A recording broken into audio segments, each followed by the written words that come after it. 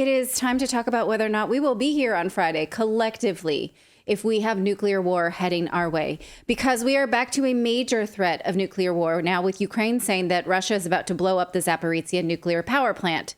They have controlled this plant for over a year now. Why would they control a plant, blow up a plant in their own control? This is a question we've been asking for months. Why would they sabotage this nuclear power plant? Now, here is Zelensky saying on Twitter today that he started out by thanking everyone for the weapons that they've all been sending from the West. He also says he really, really wants Ukraine to be in NATO, and that for this to happen when they all meet next week, like, hey guys, don't forget about me. Really want in, it's important. And he's also saying that they have information from their intelligence that the Russian military has placed objects resembling explosives on the roof of several power units in the Zaporizhzhia nuclear power plant, perhaps to simulate an attack on the plant. Perhaps they have some other scenario, he says, but in either case, the world sees, can't but see. This was translated from Ukrainian. I don't understand that translation, but we'll give it to the translation software. The only source of danger to the Zaporizhzhia nuclear plant is Russia and no one else. So the Kremlin responded by saying that this threat is actually from Kiev and not from Russia. Again, reminding us that they have been in control of this power plant for over a year. They have ratcheted the power down. I think they've turned off into safe mode. You don't just turn them off. That's not how it works. But turned down into safe mode 5 of the 6 reactors, and kept them ready for the winter when they need to bring them back online. Again, it's worth reminding us that the Kremlin has been asking the International Atomic Agency, the IAEA, to investigate Zaporizhzhia since last summer because Ukraine has been shelling this plant for nearly a year now. When they did this, do you remember these images from September? These inspectors arrived in Kiev last September from the IAEA, and they were making their way to Zaporizhzhia power plant, and they were held up by the Ukrainian military for 3 hours, blocking their access. When they finally did get through, they kind of just did some filming of themselves looking around with clipboards nodding, and then they said, okay, yeah, we got it. Here is IAEA Director General Rafael Grossi. We are finishing our long-awaited visit to the Zaporizhzhia nuclear power plant. I have just completed a first tour of the key areas that we wanted to see in this first approach to the whole facility. Of course, there is a lot more to do. My team is staying on, and more importantly, and most importantly, we are establishing a continued presence from the IAEA here. Now, after this, Grossi went on CNN and said, yes, people are hitting it. It's dangerous. There's been shelling. We don't know who's doing it. It's happening. We think it should stop, but we've got people there kind of waiting around to secure the plant. So if they don't know who's doing it, they won't blame on anybody, but they're going to leave people there to possibly be shelled. It was a very bizarre occurrence and no help at all. Watch him telling CNN, yeah, we're not sure. So when you say people are hitting, can you make a determination as to who is hitting? I cannot make that determination. We don't have the means to do that. As you know, you would need to be looking or monitoring the military operation in the region in all its vastness, which is not only beyond the mandate of the IAEA, but would require enormous capabilities. What we know, and that is my responsibility, is to look at the safety and the security of the facility, to determine what is really going on. And this is why my visit there, the inspection there, and the fact that now I have people who have stayed there, so the IAEA is staying at the plant, was essential, indispensable. Okay, so he wants to determine what's really going on, but he cannot determine what's really going on, is what he said there, which was super helpful. You know, Russia even showed them shells and said, we don't make these. These come from the West. Here's what's hitting the plant. We don't know. We don't see that. We don't know where it's coming from. This was back in September. Russia said at the time this was not a serious report. And now just today, the IAEA, because they just told us they left people there, they should know what's going on, right? They've had eyes and boots on the ground, IAEA boots on the ground since September of 2022. Well, here's their statement for today. They said, we've basically what it says is we've been looking around a lot. We know of this nuclear threat. We've walked around there and we've walked around there, and we know this thing about Building 5, and we know it's a thing, and we're walking around and looking. Again, so helpful. Now, no one in the West has pushed for more inspections then. No one in the West is pushing for more explanation now. They're not going to the IAEA and say, hey, we've got some major rhetoric around nuclear fallout, because if something happens, if Zaporizhzhia blows up, and the West is able to blame it on Russia, they have justification for then firing their own nuclear arsenals. What Russia will return, it's all hell for all of us, literally. Again, this is not a scenario that benefits anyone, but Ukraine sort of needs it as a threat to step up, because the West's attention on Ukraine is what is being called here by Politico Western war fatigue. We're just, I guess we're kind of tired of it. We want something a bit more sexy. Like, can we have a new round of, I don't know, razor blades and Halloween candy? That's what Americans do. We need to be constantly stimulated. That's sort of what they think of us. Not only would a nuclear explosion kind of, reinvigorate the U.S. to stay involved, but it would also spread a cloud of radioactive material throughout all of Europe. So is this a false flag, or would they actually do it? This is the question du jour. It's a major question. None of us can actually answer it. None of us want to be asking this question. We shouldn't have to, for a couple of reasons. That I'm going to show you the map again, that this conflict can end with borders as they are right now, and no one need die any further. Right now, Alexei Danilov, today, Ukraine's Secretary of the National Security and Defense Council, he said this today on Twitter. He says that Ukraine's task is no longer to retake land, but instead just accomplish the maximum destruction of manpower, equipment, fuel depots, military vehicles, command posts, artillery, and air defense forces of the Russian army. He says this has been fruitful recently. Now the war of destruction is equal to the war of kilometers. The reason he's saying this is because they have gained so few kilometers in this major countermeasure that we were waiting on. Here's a map today. Now that he's talking about kilometers, let's take a look. This is from the Financial Times, published this war about the status of the counteroffensive.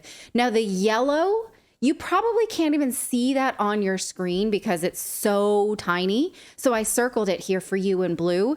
The yellow is what the Ukrainian claimed counteroffensive. It's not even 1% of the land. Now, let's just go over what we're looking at. Again, it says Crimea is contested. Crimea doesn't feel that way. They voted to become Russia, 95% or more in some regions. But okay, Russia considers Crimea Russia. The red areas is the Donbas, which has been bombed and shelled since 2014, since the Maidan coup, because those places did not want to support the Maidan coup and actually supported Russian alliance. A lot of them are ethnic Russians, and they've been terrorized by Ukraine for nearly 10 years now. They asked Russia to intervene. Russia did just last year in March of 2022. Russia now holds that red line. That the sort of lighter black line that you see to the left of where the red ends, that is where the Donbas ends. This is where those are people who have voted to become Russia and are hoping that Russian troops continue forward. But that is also the area that Ukraine still considers theirs. Now, obviously, if in thousands of deaths, and we're going to say, how long would we say this counteroffensive has been going on? 3 or 4 weeks? They haven't even pushed back even a tiny bit. They're not going to push that red back. They're not going to. And as Scott Ritter pointed out, they've not even broken one single line of defense yet. Like, they're not even to Russia's quote unquote wall of defense. Yes. Yeah. I mean, that territory they've got has been kind of like just, blowing stuff up and moving themselves forward, but it's not been man-to-man combat in those areas. And so Again, let's look at the map as the map that we just showed you was a Western map. It aligns with the map that's being shown inside Russian media. This is from RIA, the major media outlet. They show about the same thing, but what's missing from the Western map that we didn't just see are those blue dots that are above the contested region. What those blue dots there are Ukrainian forces. Why are they there, do you think? They're telling us it's a counteroffensive, meaning they'd be countering what has been taken over by Russia, which is the red contested parts. Why are they up there countering nothing, do you think? Any guesses? Could it be because they're afraid of attacking Russian lines? They don't feel equipped. They don't want to. And maybe it's not defense. Maybe it's offense. Clearly, that's not defense. Yeah. Yeah, yes. Clearly.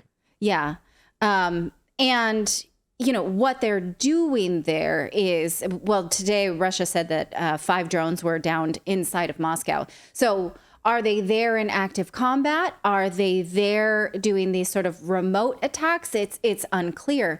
The way that Ukrainian forces moved into Crimea when Crimea voted to become a part of Russia was that they were not actually able to break into Russian defenses because the way that happened, the Maidan coup happened, people from Crimea had gone to support the Russian side, to support not becoming a Western alliance, a Western allied government, and the toppling of the former government.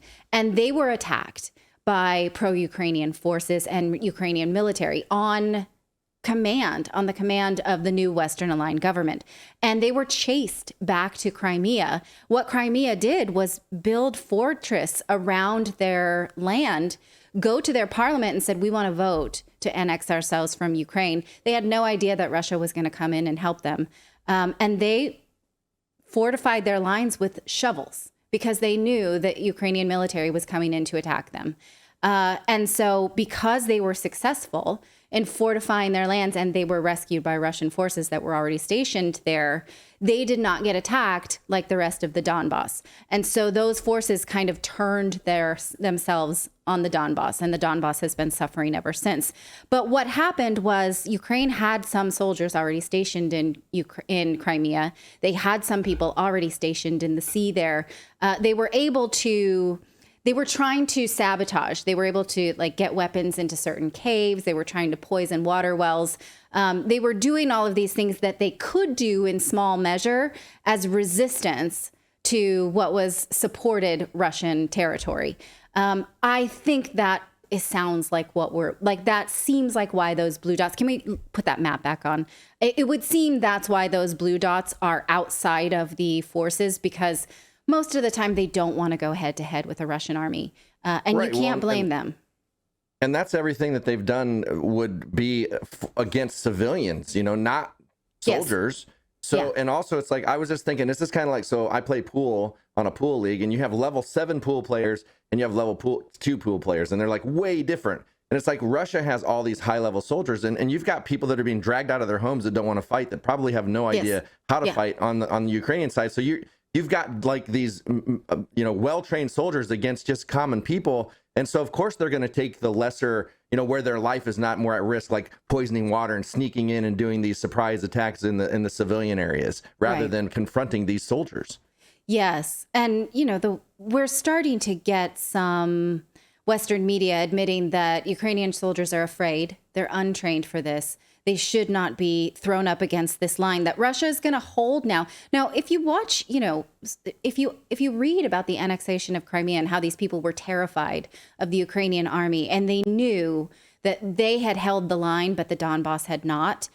Part of the question becomes, why has the Donbas been suffering all of this time? Why did it take Russia so long to come and put a stop to this? But now that they're there, they're holding a line, and these civilians are saying, okay, good, we will no longer then be shelled by the Ukrainian military, which the West knew. Ukraine has been spending $8 million a day to attack the Donbas and was borrowing it from the International Monetary Fund. So it's not like this is a surprise to those of us in the West. We've known this.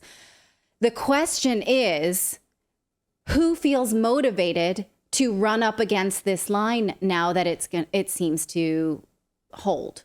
who wants to give their lives for this. And those people are they're simply not trained for this. So I think that what we're seeing is that Ukraine knows they cannot take this land back. If we could just leave the map up, I just feel like it's important for us to just study this map and realize what's at stake here. The West is not going to move that red back. They're not, any more than they're going to move that Crimea to that color, even though Crimea is Russia. They're not going to. And so now is as good a time as ever for peace talks. Those people voted to become Russia. Most of them are ethnic Russians. They want this to be left alone and let the soldiers who don't want to fight and don't have experience fighting just go home. Just let them stop dying. Because this is, otherwise, if it's just to get our attention with nuclear war, you have our attention. We want peace, and we want it right now. So let me know what you think of this in the chat. If you feel like nuclear war is something we will wake up to tomorrow, or if you think that this will somehow get ratcheted down. I posted about this on Twitter, and someone had said, oh no, the neocons would never let this happen because then it's over too fast. Like they like to drag it out for profit. And I was like, is that an optimistic way to think about it? Or is it pessimistic? At this point, what's preferable? Is a long drawn out war or just to nuke us all? I don't know. Thank you so much for watching this segment here at Redacted. We are live every day at 4 p.m. Eastern Time, trying to share the stories that the mainstream media will not cover. You should also come over and join our community of Redacted Rebels over at redacted.inc. That's our private locals community where we can share exclusive content that we simply cannot share here on YouTube. Come over and join the rebellion together right now by going to redacted.inc. We'll see you next time.